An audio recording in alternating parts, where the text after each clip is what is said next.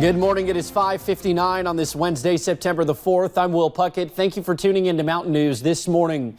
While many meteorologists are tracking Hurricane Dorian, ours are doing the same while also keeping a close eye on your weather here at home. Let's check in with Kelly McShane for a breakdown of what we should expect over the next couple of days. Kelly, good morning. Good morning, Will. Happy Wednesday. We are seeing pretty comfortable temperatures as we head out the door this morning. We are in the 60s for this region, 60 degrees in Monticello, a little bit warmer heading into the Big Sandy region, 67 in both Prestonsburg and Pikeville. Here in Hazard, we are sitting at 66 degrees this morning and not as foggy as yesterday, so definitely something good this morning. Overall, that fog situation is a little bit better than yesterday. However, still into Harlan and Bell counties, that's where we're going to see the foggiest and most reduced conditions. A mile or less of visibility into both of those regions, so just be very careful traveling along, especially to the south this morning, because we could see that patchy fog and it could be thick at times. Will, I will have the rest of the forecast and the temperature trend here in just a little bit. All righty, Kelly, we'll check back in with you. Thank you. Well, Hurricane Dorian is being blamed for at least 7 deaths in the Bahamas. It made landfall there this week as a monster Category 5 storm, and we are just now beginning to see the total destruction it left behind. The storm has been downgraded to a Category 2, but officials throughout the southeastern U.S. are still warning residents to still expect the worst as it gets closer. CBS's Hillary Lane is in Daytona Beach, Florida, with the latest. The devastation goes for miles. We are in the midst of one of the greatest national crises in our country's history. For 2 days, Hurricane Dorian sat over the Bahamas as a Category 5 storm. Left behind, buildings turned into rubble, boats tossed into trees, and streets underwater. I'm coming. Journalist Tim Allen, his family, and their dogs were forced to abandon their home as floodwaters rushed in. Some residents used jet skis to help rescue neighbors. We can rebuild. We will rebuild. The Red Cross estimates 13,000 homes were damaged or destroyed. It's devastating. It's heartbreaking. We will need the world to help us with this one.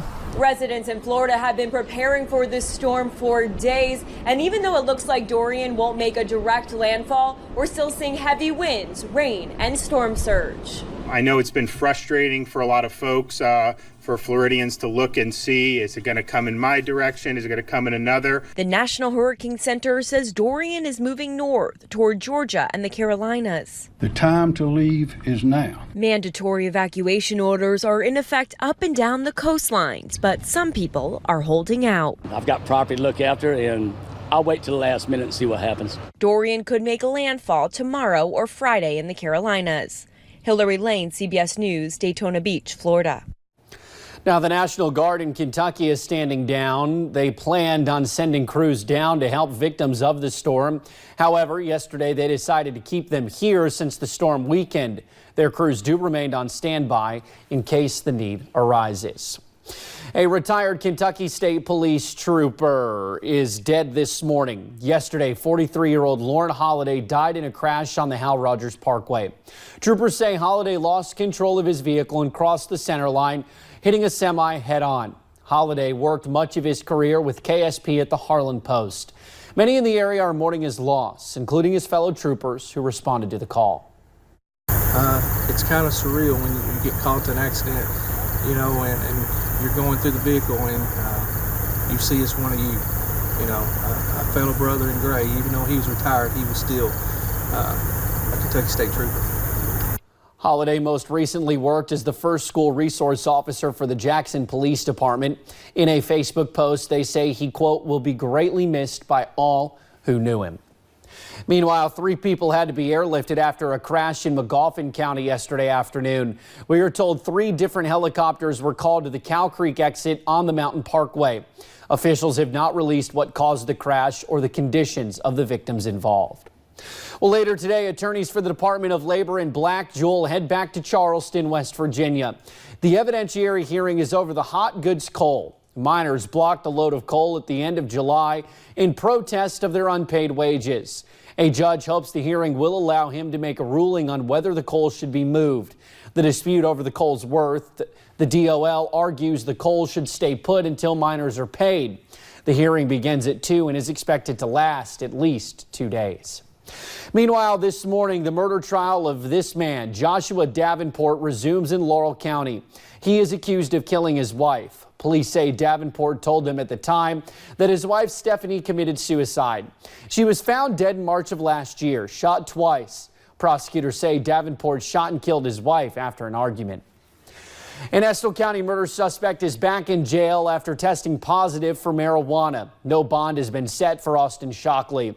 He is charged in the October 2017 crash that killed Morehead State student General Bowen. Police say he was driving under the influence at the time. Estill County Circuit Court tells us the failed test was taken by probation and parole. Shockley was arrested last year for failing a court-ordered drug test. We are learning more this morning about the allegations against the director of the Housing Authority in Williamsburg. James Lovett is accused of forging thousands of dollars in checks. Police in southern Kentucky say the misappropriation of federal housing dollars could have gone back several years. Lovett is responsible for at least the last two. They say they recovered receipts claiming some people did work, but the work was never performed. We received information about some checks. And when we did a subpoena just to take a quick look at the financial records, it was very obvious that there were some checks that weren't right. Officials plan to present this to the October grand jury. Lovett could face federal charges since federal money was involved. Frankfort police are still looking for a suspect involved in a deadly shooting. 25-year-old Anthony Hendricks Jr. was killed at East Frankfort Park. 2 other people were shot. They were all there for a Labor Day party. The DJ tells us about 150 people were there at the time. He says when someone started firing, everyone ran. Governor Bevin will make several stops in eastern Kentucky today. The first will be in Hazard, where we are told there is going to be a major jobs announcement at the Perry County Library. You can watch that live on WYMT and WYMT.com beginning at 9 this morning. We are also told the governor will be in Leslie and Knox counties later in the day for transportation funding announcements. Well, school safety is a big focus for state leaders this year. It is why they pushed for a new state law that adds protections for students across Kentucky. One of those additions is a school security marshal. Victor Puente talked to the person filling that role about the state's goal for safety.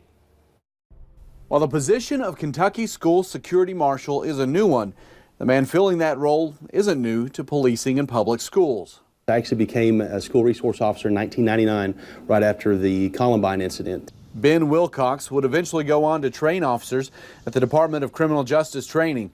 The school security law passed last session created the marshal position and tasked them with hiring compliance officers to make sure public schools were following mandated practices. Their job, starting at the first of the year, will be to visit every local district school in the state of Kentucky. They'll make sure schools are locking doors, buzzing people in, and checking for IDs before letting students be checked out. They'll also be learning. We're not looking for just compliance. What we're looking for is best practices. So if we've got a school that's doing a fantastic job in one set of safety regulations or security, and we can highlight that. I asked Wilcox about the incidents we've already seen this school year involving weapons in or near schools. He told me he considered that to be the system working because students were willing to tell someone what they had seen. We want the climate of our students to feel safe going to someone. And it may not be a teacher, it may not be a school resource officer, but it's someone in that school that they feel like they can confide in. I also asked Wilcox about metal detectors. They aren't required for schools, but some have them, and some parents want to see them in more places. But if the school system feels like that's something they need or could utilize, I think that that's a positive thing. By 2021, and as funds allow, every school in Kentucky is required to have a resource officer. But Wilcox says everyone working in the school system will be playing a role. In Madison County, Victor Puente, WKYT. Now, Wilcox said while his office is in Richmond, he plans to spend as much time as he can traveling the state, visiting the more than 1,400 schools he's responsible for keeping safe. Protesting against child abuse. People in Whitesburg are upset after a man was charged with third-degree sexual assault. The Letcher County attorney later learned the offense was against a younger victim, which would in turn be first-degree sexual assault. Protesters say they do not want these kinds of cases slipping through the cracks. Because it follows with them the rest of their life. They have, every day they have to face that. Just like who that he was that he molested or done whatever he done to them. Or what the paper says. That person's gonna have to live with that to the day they die. With a third-degree sexual assault charge, the penalty is 90 days in prison. This case will be back in court September 11th.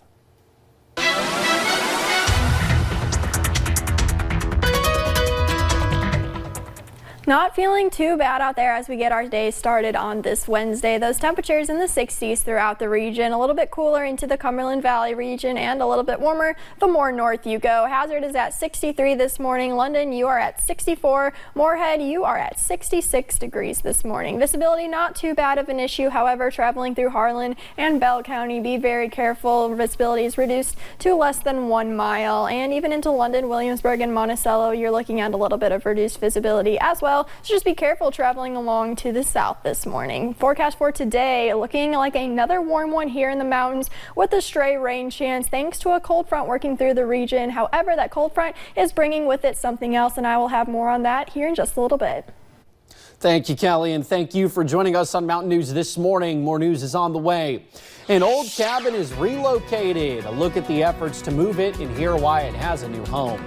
Plus, Levi Jackson State Park is under new management. Hear about the changes coming.